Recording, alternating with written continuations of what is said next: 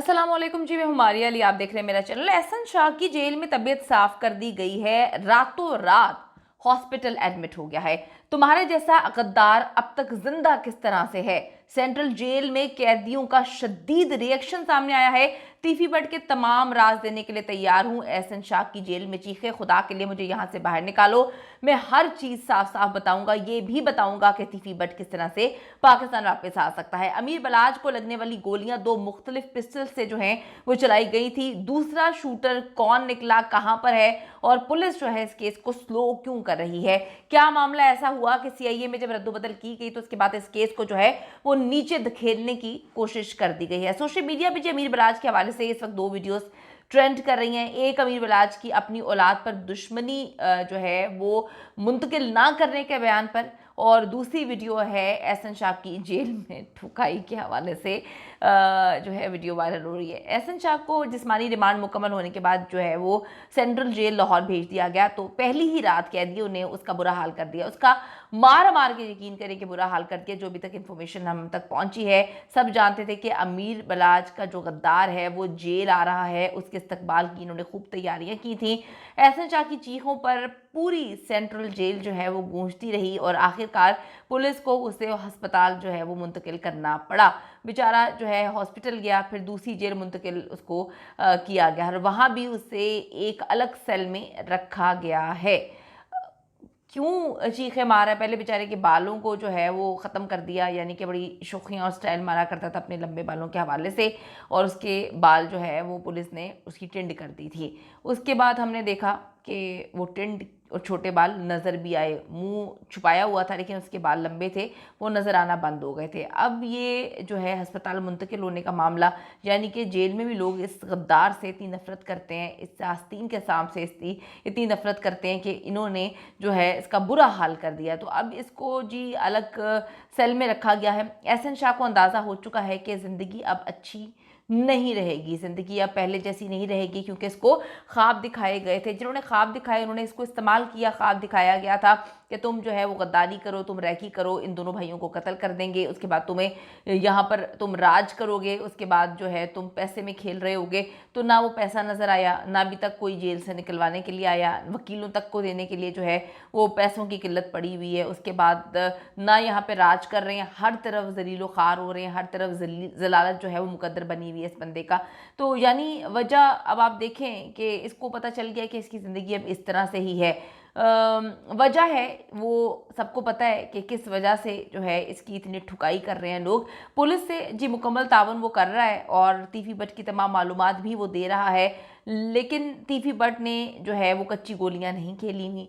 तीफी but जो है उसको पूरी ज़िंदगी उसकी इन्हीं मामलात को हैंडल करते हुए और इन मामला से बाइज़्ज़त बरी होते हुए निकल चुकी है। उसने एहसन शाह को उतना ही बताया था जितना सबको मालूम था, यानी कि जितना बताने की ज़रूरत थी।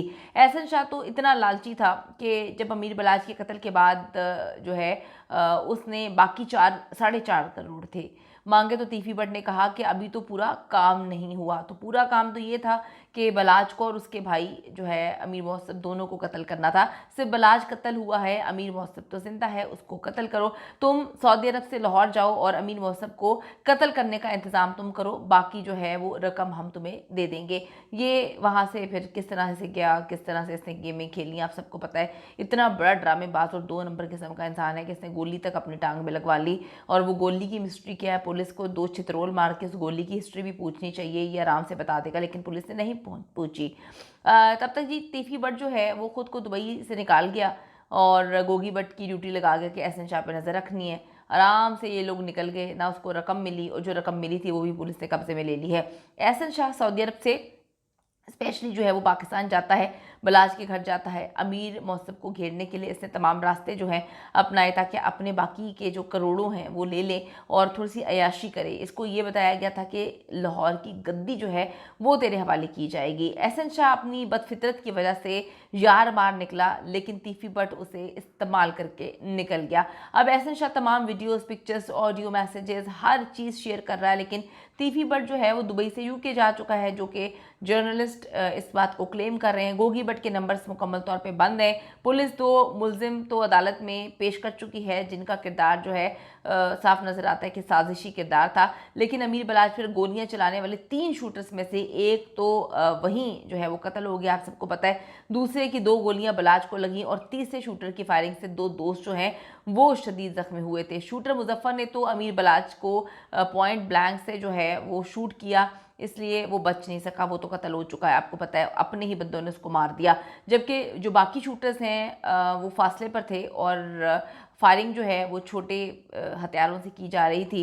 तो बलाच के दोस्त मारने से बच गए। अल्लाह का शुक्र है कि अल्लाह ताला ने उनको नई ज़िंदगी दी है, वो बेहतर हैं। अभी तक हॉस्पिटल में दाखिल ज़रूर हैं लेकिन ख़तरे से बाहर हैं। पुलिस को सिर्फ एक पिस्टल मिला है इस वक्त, जिसकी गोलियां इस्तेमाल हुई हैं। बाकी 2 पिस्टल जो हैं वो शूटर्स अपने साथ ले गए हैं, यानी कि भाग गए हैं वो वहाँ से। अब पुलिस गोलियां और पिस्टल की फोरेंसिक रिपोर्ट का इंतज़ार कर रही है। जैसे ही वो आती है तो उसके बाद ही ये बाकी शूटर्स जो हैं वो पकड़े जाएंगे।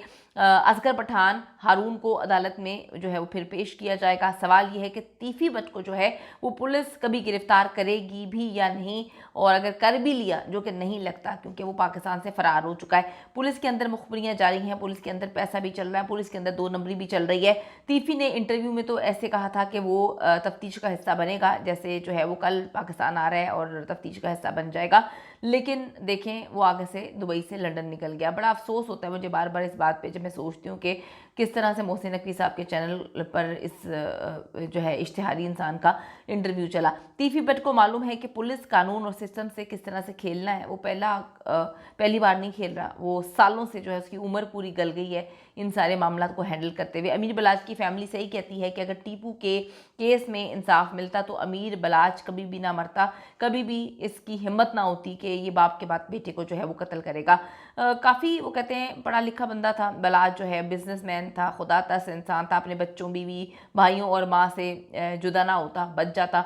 लेकिन क्या करें कि हमारे मुल्क का सिस्टम ये है कि यहाँ पर पैसा हर चीज़ से बड़ा है, पैसा इंसानियत से बड़ा है, पैसा दीन से बड़ा है, इनके ईमान से बड़ा है, इनके मज़हब से बड़ा है। जो कुछ दरिंदे ऐसे हैं जो पैसे के लिए अपनी माँ तक को बेच देते हैं, तो आप फिर क्या सोचते हैं कि किसी के साथ क्या अच्छा करेंगे। अब देखें जी, पुलिस के अंदर जो तब्दीलियाँ हुई थी उसके बाद CIA में मामला हमने ये देखे कि केस नीचे जा रहा है और नीचे ही नीचे जाता गया। ना पुलिस ने तीफी भट्ट को गिरफ्तार किया, ना पुलिस ने गोगी भट्ट को गिरफ्तार किया। ये केस भी फाइलों में जो है वो दब कर ख़त्म करने की कोशिश की जा रही है। जिस दिन CIA में तब्दीलियाँ की गई थी, रद्दोबदल की गई थी, उसी दिन समझ आ गई थी कि दाल में काला नहीं, पूरी दाल काली है। क्यों तब्दीलियाँ कर रहे हैं जब इतना अच्छा काम कर रही थी पुलिस। उन्होंने एहसन शाह के किरदार को बेनकाब किया, एक एक कड़ी जोड़ी, लेकिन उन पर भी इल्ज़ामात लगाकर, रिश्वत के इल्ज़ामात लगाकर उनको इधर उधर कर दिया और बात फैला दी कि जी अब तो और अच्छे ऑफिसर्स हैं। हो सकता है बहुत अच्छे ऑफिसर्स हों, लेकिन सारी चीज़ें सबको साफ नज़र आ रही हैं। हम चाहते हैं कि हुकूमत वक्त जो है जो भी दरिंदे हैं उनको कैफरे किरदार तक पहुंचाए, ताकि पुलिस पर यकीन कर सकें। ये ड्रामे करके पुलिस पर यकीन नहीं किया जाता कि कोई बंदा बेहोश हो गया है, कोई बंदा जाके किसी को बचा रहा है, एक जो है वो हलवा लिखा हुआ है और किसी को पता नहीं चल रहा। सबको पता है कि क्या क्या चीज़ें फैब्रिकेटेड हैं, क्या क्या चीज़ें की कर रही है पुलिस। तो ड्रामे करने की बजाय अगर पुलिस जेन्युइन जो केसेस हैं उस पर काम करेगी, सही अंदाज में काम करेगी, तो तब जो है वो पुलिस का बोलबाला होगा। बाकी ड्रामे करने से कुछ भी नहीं होता।